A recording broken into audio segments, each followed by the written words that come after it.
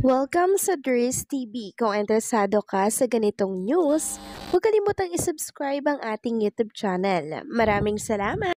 So ayun, welcome back again sa ating YouTube channel mga kakimpaw, and sa update natin ito, ang pag-uusapan natin ay tungkol sa mga importanteng kaganapan kina Kim and syempre kay Paula Avellino. Pero bago po ang lahat, maraming salamat sa inyong patuloy na pagsuporta at pagsubaybay sa mga daily update natin. Kaya naman bilang pasasalamat, narito po ang mga napili nating komento patungkol yan sa naging previous update. Unang komento mula po ito kay Ginang Bibian Karaig. Sabi niya, let's respect Kim Pao, enjoy their trip events in Canada. Thanks God po, Diyosawa coded na si Pao kay Kim. Heavily guarded by Kimi sa mga gustong manligaw, umepal, sausawa, ignore natin sila. Alam mo, Doris, tahimik na naman sila. Isip yung mga gustong ikasira sa Kim Pao ako. Gawa ko ignore those fake news. Thanks, Doris, and love you more. Tama po kayo dyan, Ginang Bibian Karaig. Very Diyosawa coded na si Kim and Paula Avellino. And lagi naman natin yung nakikita sa mga galawan po nila together. Lalo na pag magkasama po sila sa mga event, sa mga taping nila, sa mga project na meron sila, sa mga pamilya ko na lagi pong ganyan yung kanilang galawan. Kaya sa nagsasabi po na pang promo lang daw yung mga kilos ni Paula Avellino at Chinita Princess, kaya sweet sa isa't isa. Una pa lang mga kakimpaw, ganyan na po si Paula Avellino kay Chinita Princess. Lalo na nung naghiwalay sila ni Zian Lee mga kakimpaw. 'Di ba? Mas lalo pong nagkaroon ng tsansa si Paula Avellino na ipakita yung nararamdaman niya kay Chinita Princess. Kaya yung nagsasabi po dyan na pang promo lang daw yung galaw ni Paula Avellino para sa Di Alibay, ito po yung mga taong hindi po nasubaybayan si Kim and Paula Avellino from the very start. Kasi tayo mga Kim Pao fans, nakita natin yung mga galaw ni Kim and Paula Avellino. Ganyan na po talaga siya ka-gentleman, ka-caring, and syempre ka-loving kay Chinita Princess. Bababa nga lang po ng stage, hahawak talaga si Paula Avellino, hahabulin niya talaga si Kim Chiu para hawakan at alalayan si Kim. Napaka-gentleman mga kakimpaw ng isang Paula Avellino. Kaya yung iba, inggit na inggit at pinapalabas, pang promo lang daw. So, sino maniniwala sa kanila? Di yung mga taong hindi rin po kilala si Kim and Paula Avellino.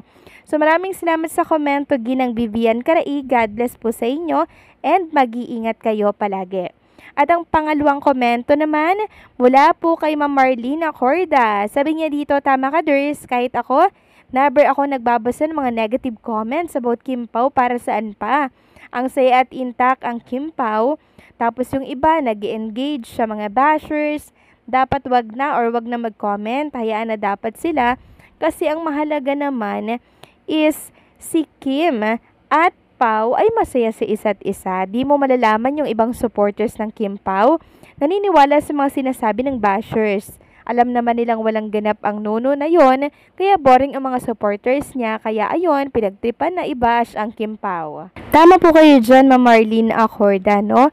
Pag negative comment, ignore na lang natin yan. Wag na natin yang paniwalaan kasi alam naman natin na paninira lang yan kay Kim and syempre kay Paula Avellino at syempre, wala din po ako nababalitaan na ganyan mga kakimpaw.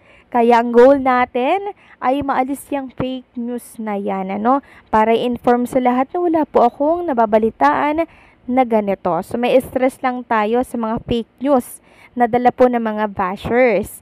Masaya na tayo kaya ignore na lang natin ang mga gawa po ng kalaban na isang taktika lang nila para tayo ay ligawin at lituhin. So maraming salamat sa komento, Ma'am Marlene Acorda. God bless po sa inyo and mag-iingat kayo palagi. So eto na nga, pag-usapan na natin mga kakimpaw, yung mga topic na nakahalap natin sa gabing ito.